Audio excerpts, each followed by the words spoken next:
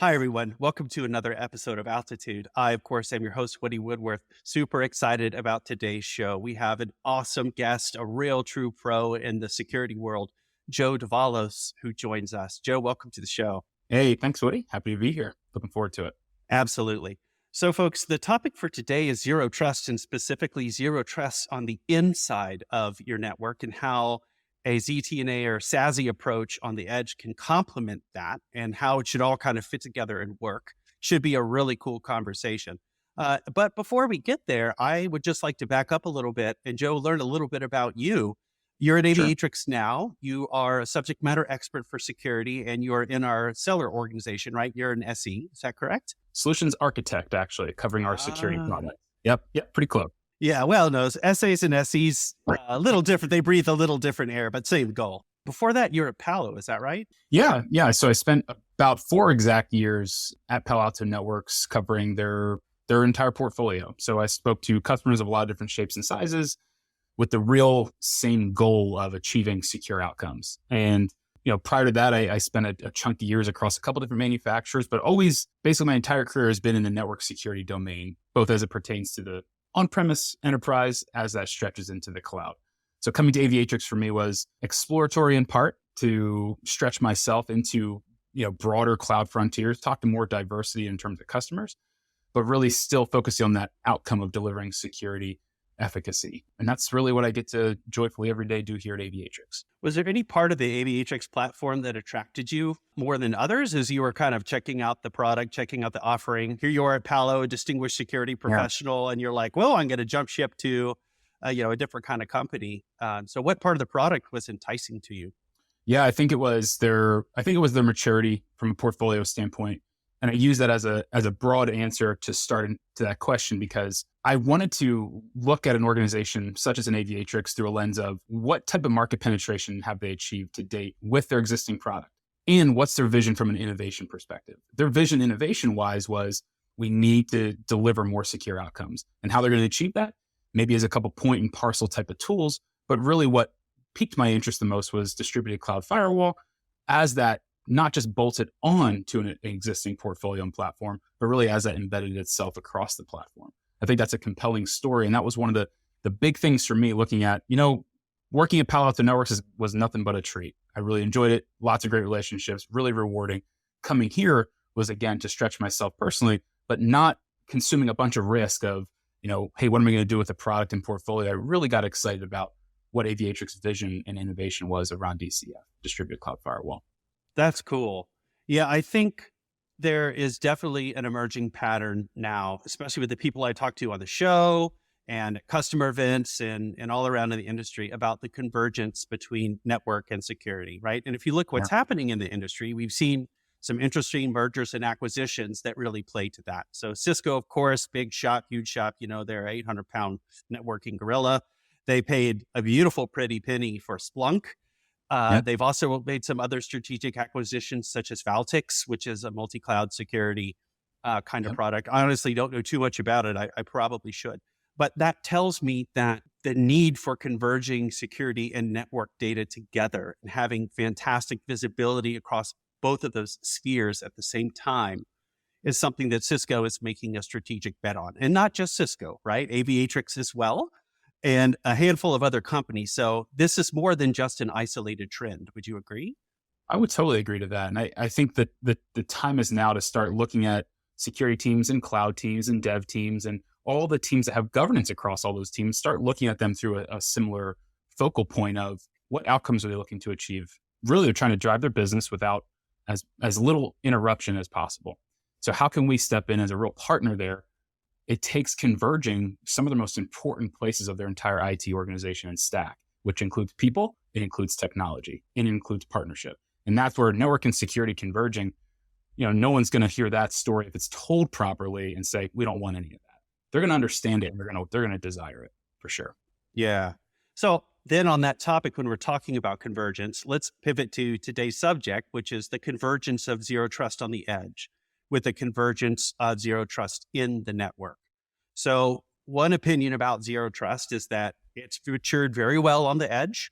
We have Yeah. quite a number of mature SASE platforms and solutions out there, but all with very similar goals, which is to make sure that we have a very fine-grained approach to understanding user and application context, and then continuously bringing that context to bear on access policy, right? So that not only are we forcing trust, but then on top of that, we're forcing verification of, once you're a trusted player, what then do you get access to and what level of access do you need for a particular outcome? And so this, of course, requires great insight into context to inform our decision. We have to know about our device. We have to know about our user. We have to know about the application and the role that all this merges together with in the network, meaning, the combination of data and access privilege and things. So it's a very sophisticated play, but one that I think has borne some wonderful fruit. I mean, I think it really has made a difference in the last 3 years in terms of not just network security, but overall data security and privacy, which is really needed in today's world as the attacks continue to happen. They continue to rise in sophistication, and they continue to go for bigger and bigger workloads and prizes, right? I mean, we've had a number of very high profile hacks around data in the last calendar year. So that is set to, I would say, continue. So then thinking about how do we further protect our business critical applications, is it possible to take everything that SASE is doing, or at least a portion of what SASE is doing, and then apply those same principles inside of our network between applications? Man, that would be awesome, right? And I think to your point about context is huge. And to not overly ambiguate that term, what we're talking about from a network and cloud network perspective, context is understanding more richly, normalizing it, but understanding it more richly around identity, data and data type and classification, who's interacting and who has access to that data type or data as a whole, and understanding assets, where they live in a network in conjunction to maybe different perimeters that you've established internally. All of that requires a sophisticated approach to implement controls correctly. Having zero trust as a philosophy and a strategy internally would be so important in that environment.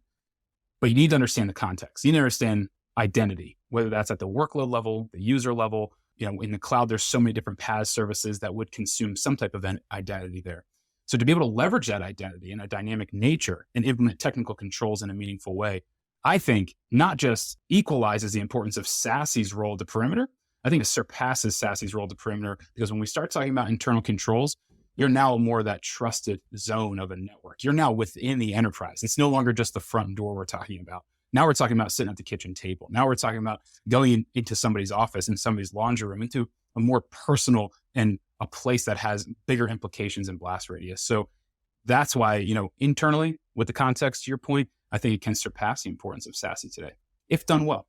So what are some secrets to getting it done well, right? You mentioned context, but based on my experience, defining context for an application in the cloud is, of course, necessarily different than in traditional networks or SD-WAN networks or middle mile networks or whatever you're going to say, insofar as it is very expensive from a cost perspective and a network latency and performance perspective to, as they say, crack the packet, right? Mm-hmm. Unencrypt this packet, understand its payload, understand the key context variables within, and then pivot and make decisions on that. So, it's one thing to say the cloud would benefit internally from this contextual approach, but it's quite another in practice to make it happen, right? Yeah.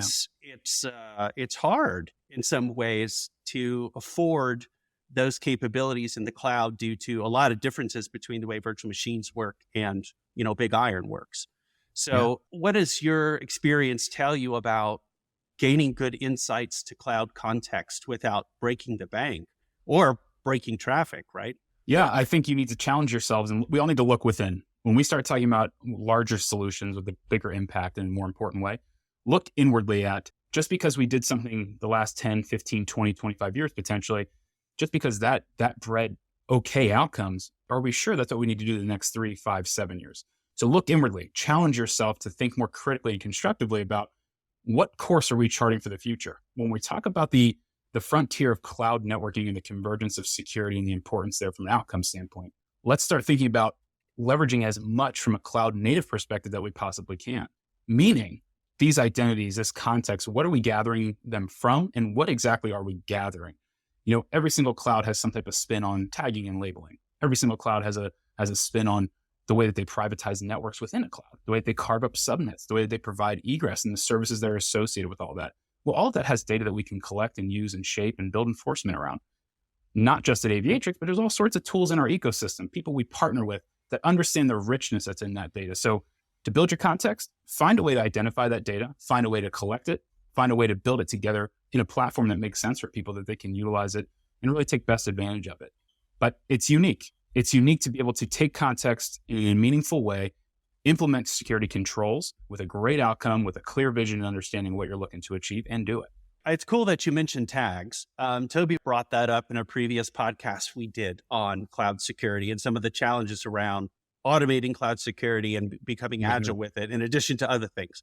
But he's actually doing a PhD in cybersecurity, and he's doing a big study on the value of tags as a token of context or a way to arrive at context, as opposed to just say pure IPs or any other kind of flat data. So, what are cloud tags?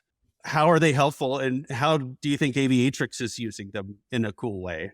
I think tags are as useful as they are potentially dangerous, because I can go and write a tag in there. My dog's name is Boomer. I can go in there and apply a tag named dog with the value of Boomer to every single workload in my environment. And Boomer will be associated with all these workloads unless I choose to do something with that key and its value pair. And all I mean by that is simply, if we're not practicing good hygiene against our cloud estate and looking at it from a tag perspective, tags can get out of hand really quickly. How do we manage things like typos? How do we manage duplicate tagging? How do we manage general governance in the sense of who's allowed to apply tags to which type of workload and when those things can be applied? Can they only be applied during instantiation, or can they be applied post instantiation? These are things that customers think about pretty frequently when we ask them what their tagging strategy is. It's like, well, first of all, we don't have a tagging strategy. And second of all, it's the Wild West. Then we meet the sophisticated customers that follow best practices, the well-architected frameworks that the clouds have published, for example, where they guide and they show, and it's not a cattle chute where you must operate this way from a tagging perspective, but showing the dynamic nature of tags, where it can help from a metadata standpoint. You identify what's living in your cloud and how it's being communicated with and what it's communicating with.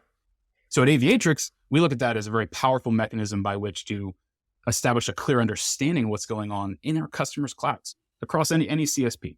And the reason I can say it that way is we have a tool at Aviatrix, as an example, that will go out and from an event-driven perspective, start to collect intel, data about your clouds, whether that's Azure, AWS, Oracle, GCP.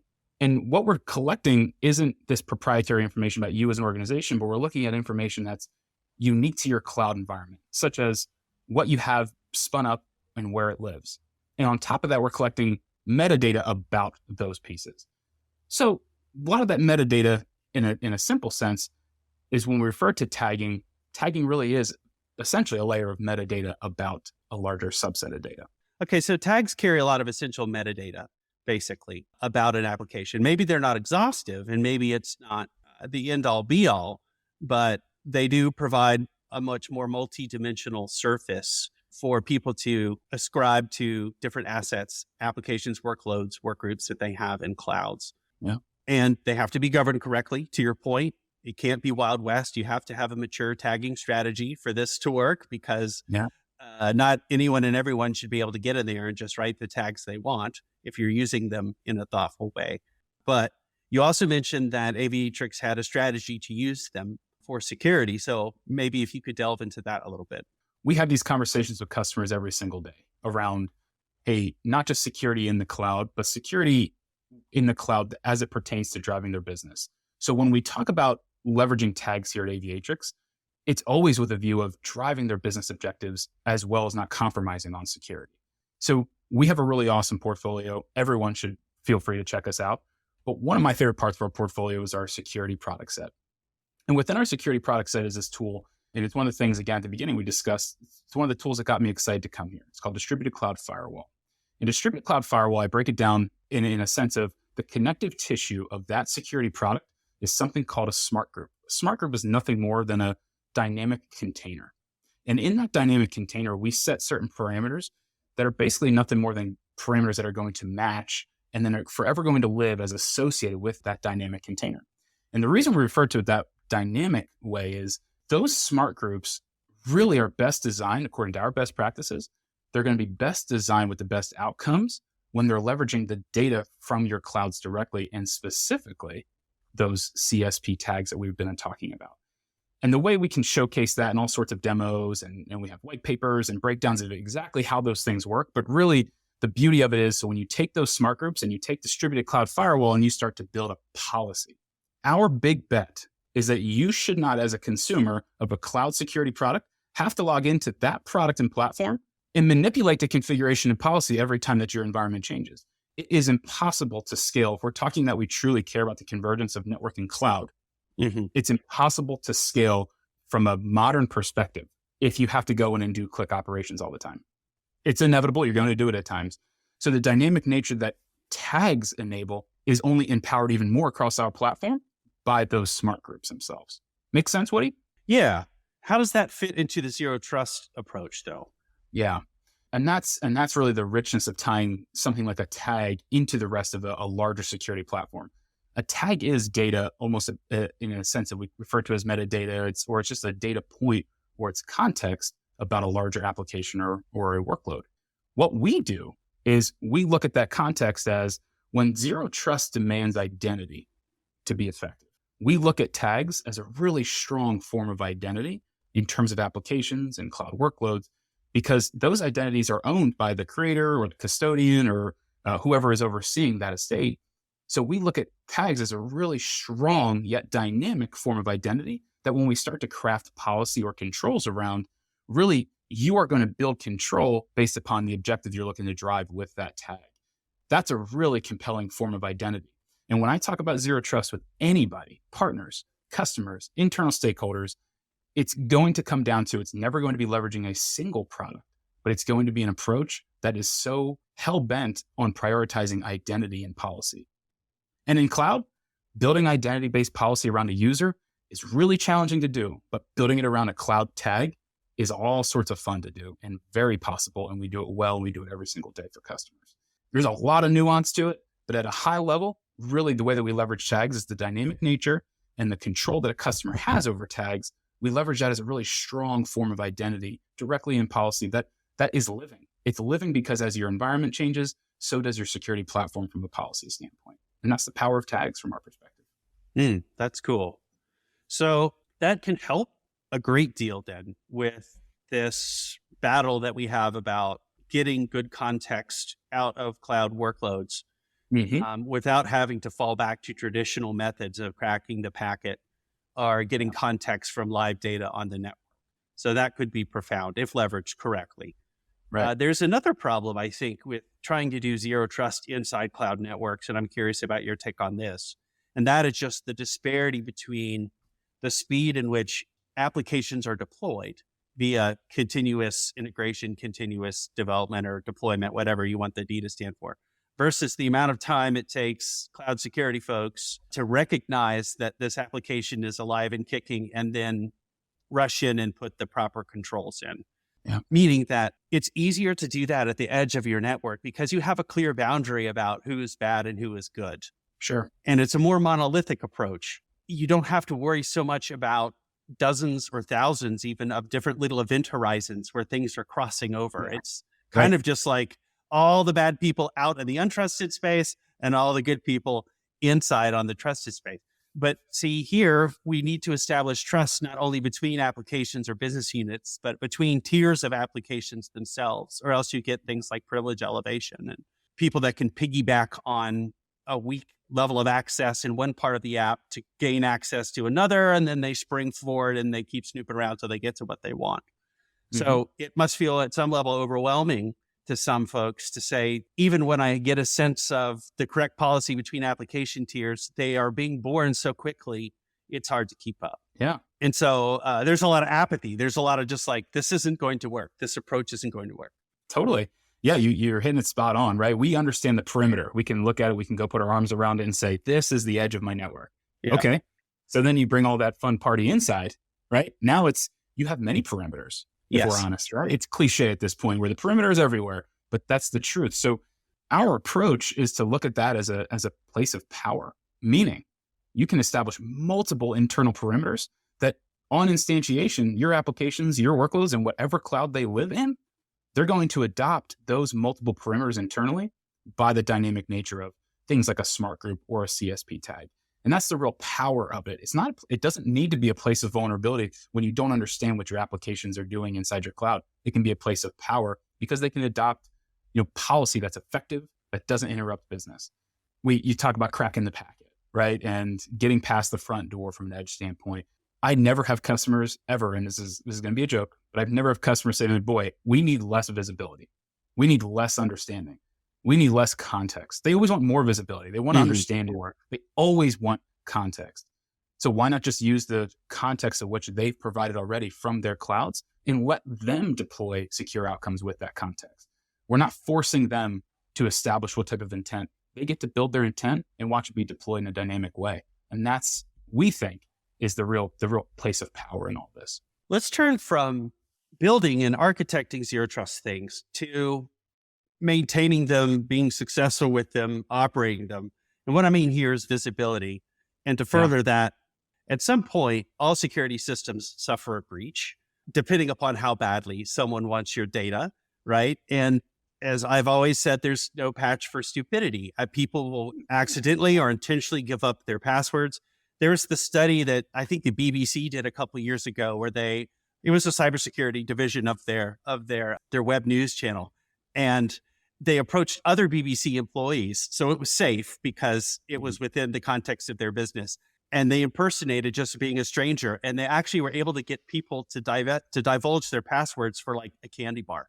I was like, hey, if you tell me your work password, I'll give you this candy bar. The guy's like, yeah, sure. Why not? Who cares? So, as robust as security systems will be, to err is human and humans are fallible. Basically, smart security professionals have a posture where they prepare for the worst. They assume breach. And then the system design expects at some point, once you catch a vulnerability, that gives you meaningful data to then do something about it. So that stops the vulnerability from spreading or getting to a place where you have a real problem on your hands, if you can catch it early enough or often enough. So what are some of the challenges you think cloud introduces there in terms of being able to see what's wrong and then react to it accordingly? Yeah, no, it's a great one. And, I think the whole point about visibility, everybody wants more visibility. No one's requesting less of it. And in the cloud, capturing activity and therefore being able to build baselines and benchmarking and action plans and tabletop exercises, it's really challenging because cloud networks aren't on-premise networks. So some of the challenges from a security perspective is, okay, great. You have a mechanism by which you're going to regularly build this baseline of activity, right? Who's connecting to what, which applications are doing what. Now it's really about what technology you're going to use to establish those responses, right? What partnerships are you going to have from a tech stack or a staffing standpoint to now take all of that and to respond in turn with a high level of effectiveness and predictability? That's where a lot of people experience gaps in the cloud because cloud skill sets are usually in infrastructure or in dev or in the administrative portions of it. Cloud security operations is lagging a bit because usually that is where folks live on the corporate network side of things where they work in that security operations side. Bringing folks from the corporate side into the cloud side and be exposed to all the true joys and nightmares of living in the cloud network, that's a whole different animal. And there's a little bit of a gap there in terms of sophistication on a staffing perspective. Also, there's a litany of tools you could bring into your cloud network today that promise visibility, that promise prevention. But the truth is we're all struggling with the same. Most of it's encrypted. You have to do something that's going to have some type of investment of time, cost, and people to capture it, normalize it, and do something with it. And those are real challenges. So when we talk about vulnerabilities, when we talk about being effective from a security program standpoint, we think you need to start at the network. And not just start the network from a speeds and feeds standpoint, but start the network understanding what's alive and where it's living. And once you have that as a great baseline, then you can start looking from a tooling standpoint in a more targeted way. It's amazing how many customers we speak to that have a great budget applied to their cloud security program, but they're really not getting anywhere.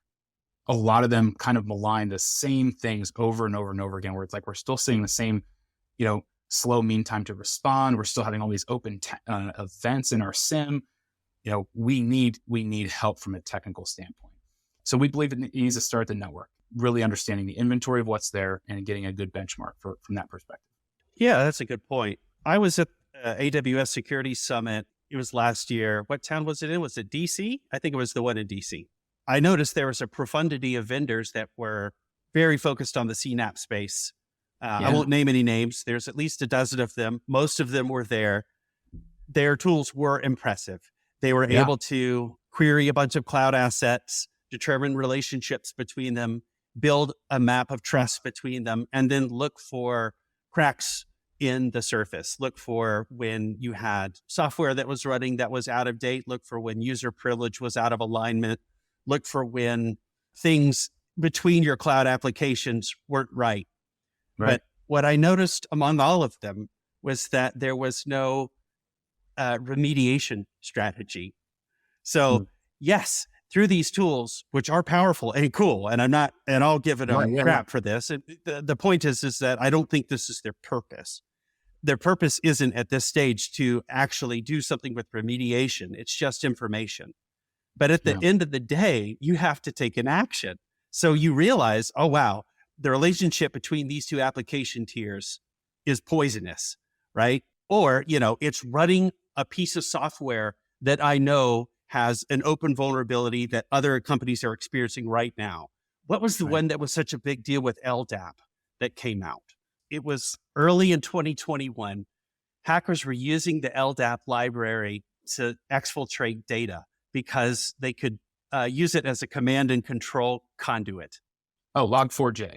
Log4j. That's right. Yeah. So for example, Log4j, right? So let's say that one of these CNAPP tools says, oof, you've got 4 or 5 Log4j vulnerabilities in your network or whatever. That's great. What do I do? I always felt like there's this next step. There's a place in the industry for security professionals to have their cake and eat it too, which means I'm getting good data about the relationships between my applications, but in that same tool or in a sister tool, I should have the ability to quickly react. So for example, if I have a comprehensive firewall approach, I could simply block LDAP as a port between those machines until I've upgraded the code or I know that the situation is remediated.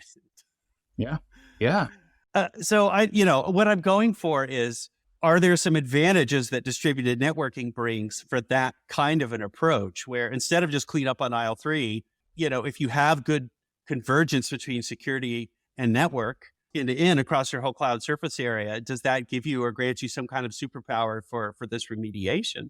I mean, that remediation and all sorts of other ones, right? In terms of now a lot of that output from these platforms that are really sophisticated vulnerability scanners, right? They do way more, and I'm not dumbing down what they do because they're super cool. But if they reveal to you things that are going on in your network, right? You have vulnerabilities that exist. There's a certain risk exposure that you have, and they're telling you dashboards, wheels, donuts, numbers, everything popping out.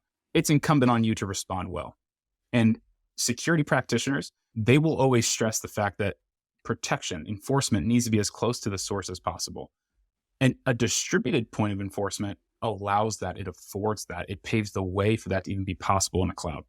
So distributed cloud firewalling, it's distributed, it's built for the cloud, and it's firewalling, meaning that you're going to have some type of policy that is going to look at that traffic and it's going to take action based upon what you define. So in a sense where you need to block LDAP, blocking LDAP is easy in theory. In a cloud, it's like, okay, if this is a big firewall that lives in the center of our large cloud network, we need to bring everything back to it and then eventually go through policy there.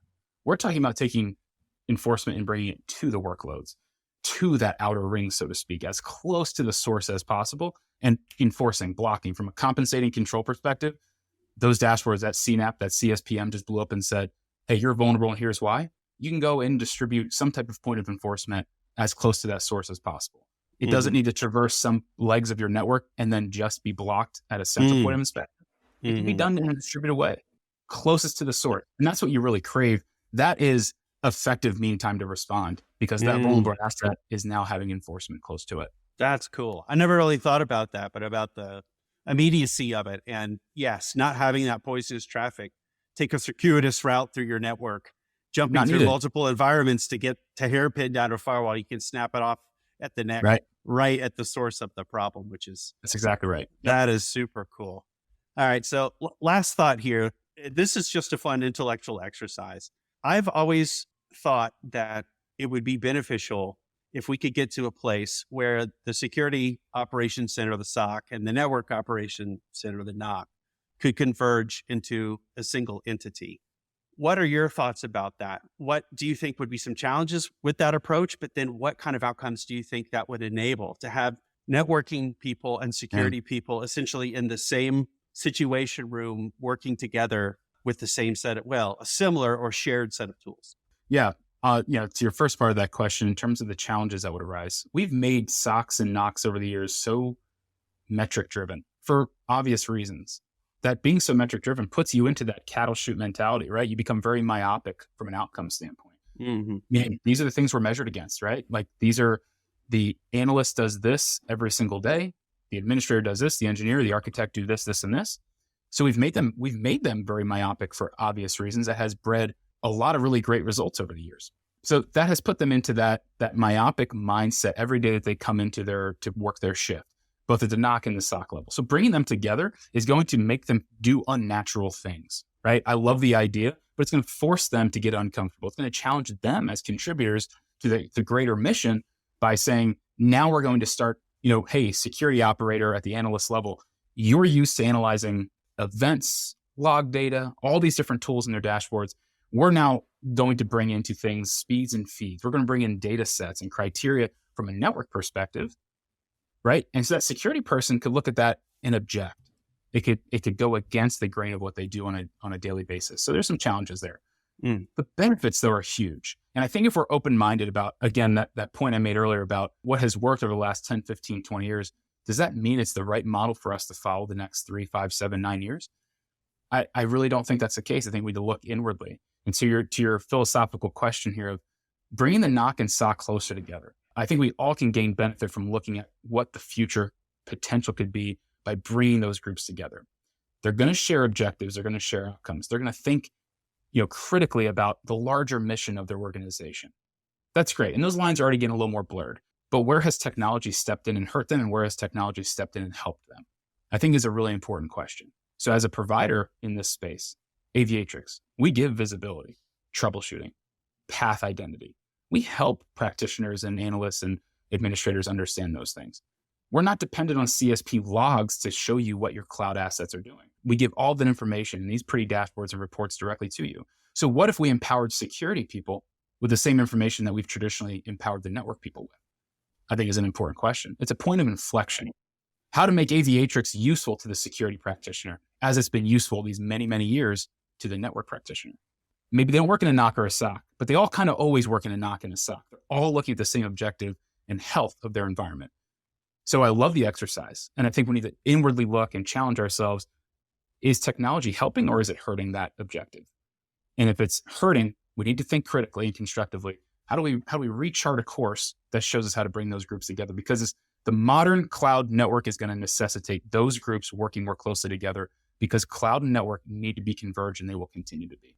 Yeah, that was my exact point, which is if you're not tight between security and networking, even if they're not in the same room with the same dashboard, because of the way cloud networks operate, especially with detection, remediation, reaction, like you said, the network is kind of where it all begins. And so if your security and your network folks aren't close, it's going to be much more difficult to be successful in cloud. Yep. Yeah. Well, on that note, listen, Joe, I want to thank you for your time. This has been hugely informative. As always, I've learned a lot. And Cool. Best of luck with your new role at Aviatrix. It's really nice to have you on the show. Hey, so happy to contribute today. Thank you so much, Woody. You're welcome. Take care.